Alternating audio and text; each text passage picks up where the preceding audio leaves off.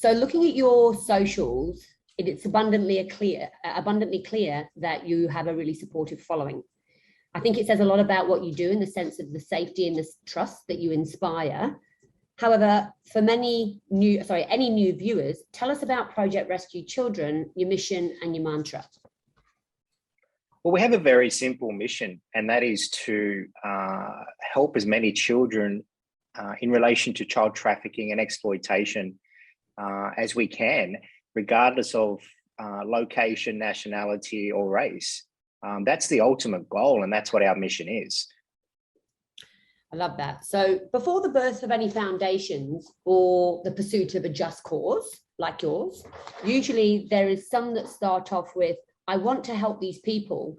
And then it goes to, I need to help these people. What was your turning point? Actually, what it was, dealing with a lot of kidnapping cases around the world before I started the charity. In 2014, 15, I believe it was, there was a young British child kidnapped by his mother from the UK to Laos. And we got onto that case and started helping the father. But ultimately, once we found the child and information on the ground that the child was more than likely going to be sold into trafficking into a neighboring country for other purposes, that is when we decided that, we need to change some of our ways of doing things. And that was actually the birth of PRC, because it was a kidnapping case turned into a possible trafficking case. And that's when we decided that something must be done in relation to child trafficking and exploitation. We couldn't just sit there and see something happen and not act. So let's get down to the brass tacks of it all. Obviously, there's a lot of your work that takes place in a third world country, countries like Kenya, Thailand. And a lot of people like myself are unaware of what it takes to carry out humanitarian operations in these countries. So from a business and bureaucratic side of things, what are some of the challenges that hinder you from fulfilling the PRC mission at its best? There's a lot. I think people need to understand that even with working in third world countries, it can be a very difficult task just to get simple things done. One of the biggest problems that we have encountered numerous times is corruption. In third world countries, and I'll point, like Kenya as an example, we do a lot of work in Kenya. We've done a lot of rescues in Kenya. We've done a lot of rehabilitation and programs, education in Kenya.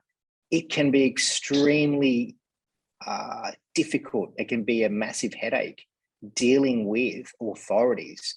Now, every single one of those authorities, going from ground level to the CEO or the boss of whatever department, they all want cash in their pocket. Every single one of them, from the cash register, person all the way to the boss. Every single one, you must pay cash. And it's extremely difficult. Being a not-for-profit charity, we don't have a lot of money. So some things that we want to get done, as far as getting registration done, it costs a lot of money. And it's not just that, it's the authorities as well, the police. They will not act or move without cash. It's as simple as that. This is not Australia or the UK or the US, where they do their job. In places like Kenya, you can pay police officers anything to get anything you want, or you can pay police officers anything for them to say anything or start anything. And this is it's a big problem. There is some speculation around investigations, Kenyan officials, the Australian Embassy, Mama Jane, the DCI. Seems like a very messy narrative has been spun with no clear specific details, leaving people to make their own assumptions about your organisation and its legitimacy. Can you break it down for those of us not familiar with the minutiae of not-for-profits? Who are the DCI, and what is their sudden interest in you? A lot of people these days don't like to hear the truth. So as far as this nonsense that's gone on with in Kenya with the DCI and the investigation, it's a complete malicious nonsense that we didn't even know about it. Victoria of Criminal Investigations in Kenya. It's just like a police department in Nairobi, and they sort of control the investigations around the country.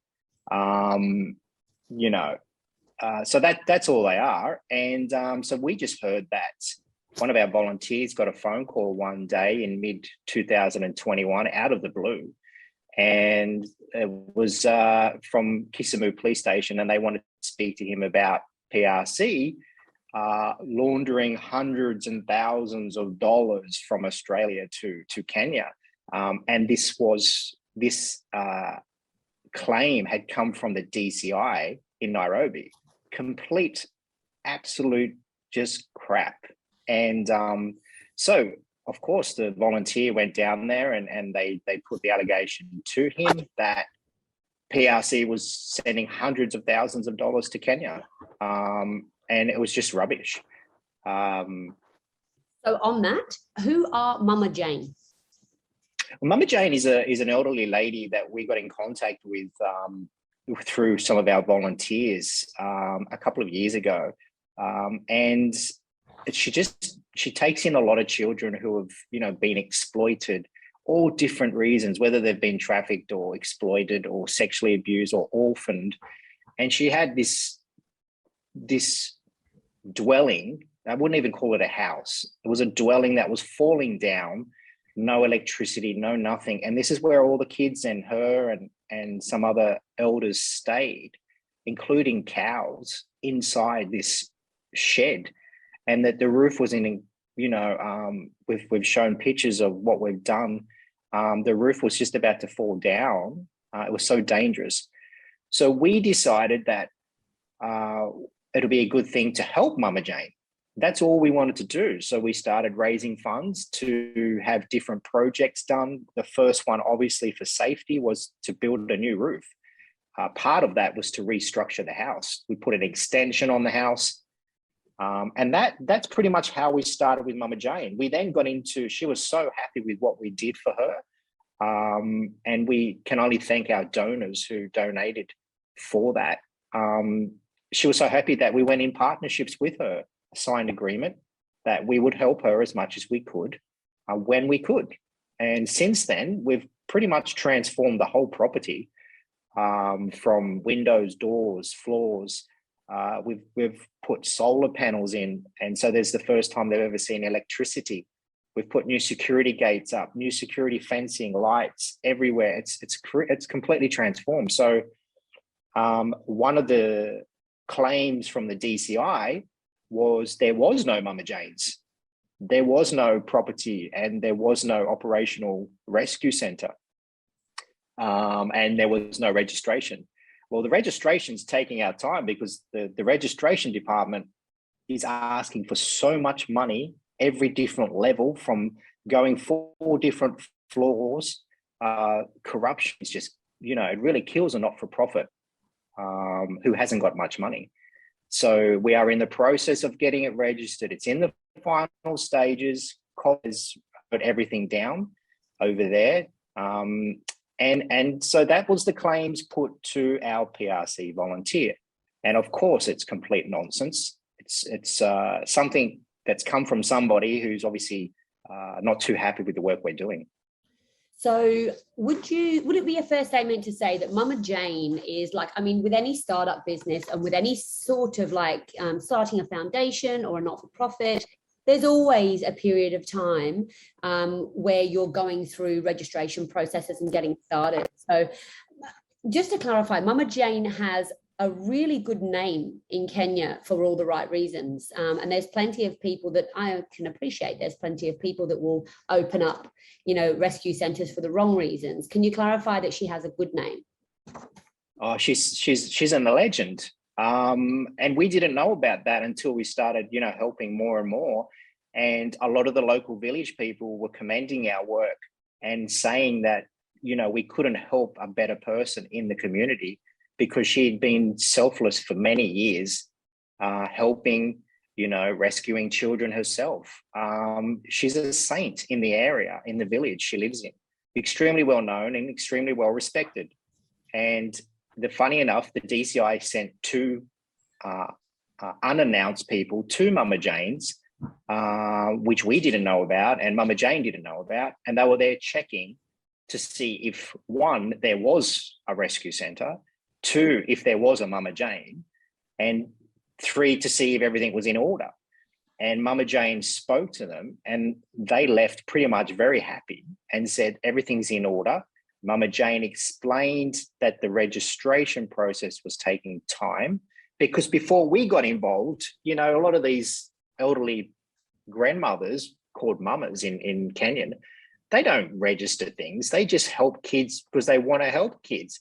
But then you get, Western people, oh, but where's the registration? Well, come on, give the lady a break. She's been helping kids for decades, and you coming along, being all this red tape stuff. That's not what PRC is about. We help kids where we can help them, and that's what we saw in Mama Jane, and that's why now, being an international charity, we want to help her advance and get the registration certificates done. But there's people in the meantime who are having digs that there is no registration. Well, it is coming. Look, thank you for being so transparent, Adam.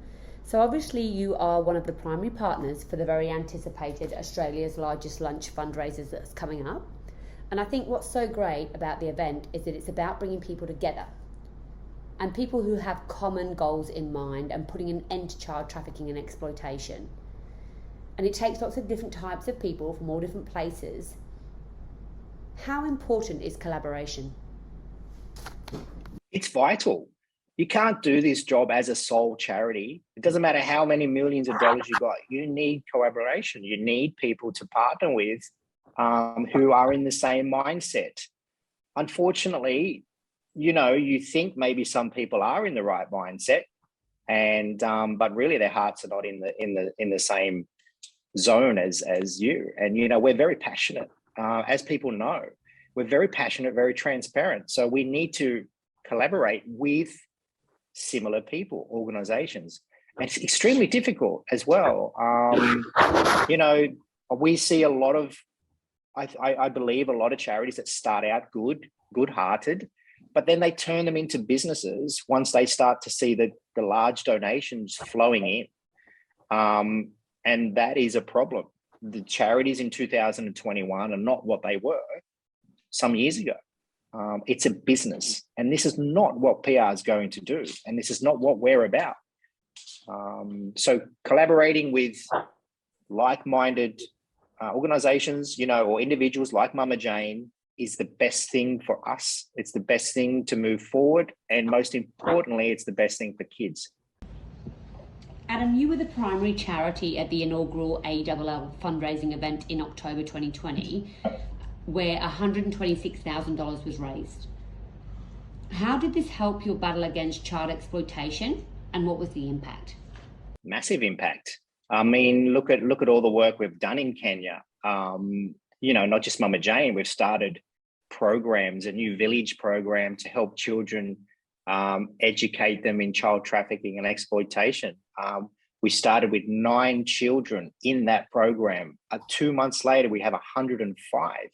And that just shows, funding for us is vital, and we can do things with little money. So that money raised, and just to set the record straight, the gross donations or money raised at the event was 126. There's a lot of skepticism. Where's the 126? Complete nonsense. They don't know what they're talking about. Obviously, you need to take away expenses for the event. And thanks to Debunking, who organized everything tremendously, they had full control of everything, and everything to the last dollar is accounted for. So as an example, just to, have the event at the Gold Coast Convention Centre was $10,000. Take that off the 126,000 for a start. Then you have all the food, 3-4 course meal for how many hundreds of people, the alcohol, You had people, we had to hire, pianos and music stuff. Listen, there was nowhere near 126,000 when we, eventually got it. And I believe it was between, don't quote me, I think it was between 70 to 80,000, something in that range that PRC finally got. According to financial statements lodged with the ACNC, Project Rescue Children disclosed that it had received $2,731 in donations between 2019 and 2020, so from June 2019 to 2020. Over the 2018-29 financial year, PRC raised $3,300, but has not incurred any expenses for the past 2 financial years. Why does PRC not disclose public donations made to at least a dozen of its GoFundMe sites to the ACNC? Before 2020, October, when we had the event, PRC had no money. We didn't have more than a few $1,000s. We got a donation from Chappelle Corby back in 2017 for $20,000. That went on many things, including setting up PRC in Cambodia. And I think the event we held there was $10,000. Before October 2020, any operation, any events was paid for by myself or other volunteers out of our own money. We have had no money to declare to the ACNC. There has been none. Every year we have declared what there has been. And the GoFund accounts, 99% of those GoFund accounts were set up after October 2020. We didn't have all these GoFund accounts and the different programs we are running now before October 2020. And we can thank Debunking and others for that too, for educating us on how to use GoFund to set up different projects and Linktree to use to. We didn't have that before pre-2020. So there was no money to declare to the ACNC. And also PRC is a small charity. And ACNC laws state we don't have to submit any further financial statements if you are under $250,000 a year. We're not even close to that. So we are, all PRC's financial dealings are declared to the ACNCC. We have no issues. We have had no problems, and that's how it is. In keeping with the advocacy for collaboration over competition within the not-for-profit sector, we found you showing your love and support for your partner, Cheetah, CHTEA, so that successfully saved 96 women.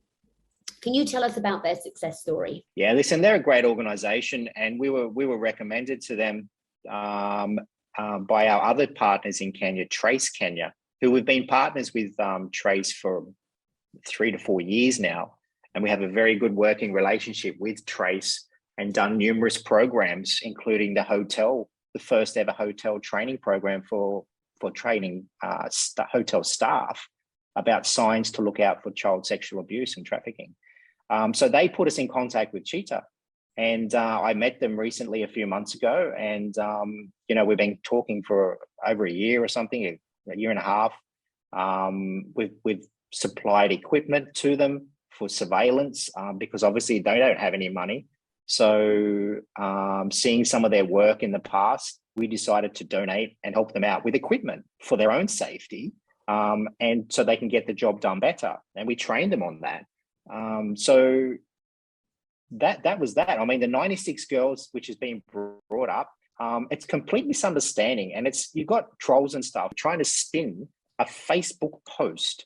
A Facebook post is all they can talk about and manipulate that Facebook post to say that we rescued the 96 girls. We did not say that. We are in collaboration with them, and we posted the good work they did. If somebody wants to try and spin it to say that we said we rescued the 96, listen, that's their agenda. What are the other countries that PRC has operated with or within? Places like UK, obviously Kenya. What are the processes that go into operating effectively within these countries globally? So PRC has grown incredibly in the last few months. Well, yeah, absolutely. Well, by local law anyway, you need to either one, be registered within that country, or two, you must partner with a local registered charity.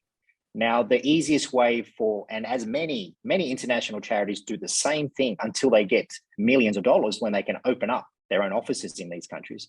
Most charities, and even many in the child trafficking and exploitation field, partner with somebody else who's registered in one of those countries that you want to operate in. Once you do that, you're free to, assist and get involved with all dealings and education with that local charity. And that's exactly what PRC does in Kenya, in Benin, Russia, Myanmar, where else? Romania. We have partners in these countries. We have funny enough, just started our PRC charity foundation is registered in the Gambia. So now we are an identity ourselves in the Gambia. Right, so Adam, as a veteran, you are no stranger to trauma, and it's no secret that you've landed yourself in jail in Beirut as a result of an unsuccessful child recovery mission, and it was highly publicized in the mainstream media. And I'm sorry to bring this back up for you, but what happened in Beirut that led to your imprisonment, and how has that impacted your role as the leader of PRC? Well, it hasn't impacted my role as the CEO of PRC. It's actually increased it because a lot of people believe, well, one, they know I do what I say I do. And that's a big thing. A lot of people out there say they do things and don't do anything. But just because you saw one unsuccessful recovery of the two children who were kidnapped from Australia to Lebanon, you haven't seen the almost 250 successful recoveries we've done in kidnapping cases. So Lebanon, some people try and bring it up all the time and use it as a negativity. I use it as a positivity, because when I was held, without charge, and it was basically, I was left there by Channel 9 of Australia, who paid $500,000 US to have their people released and left me there.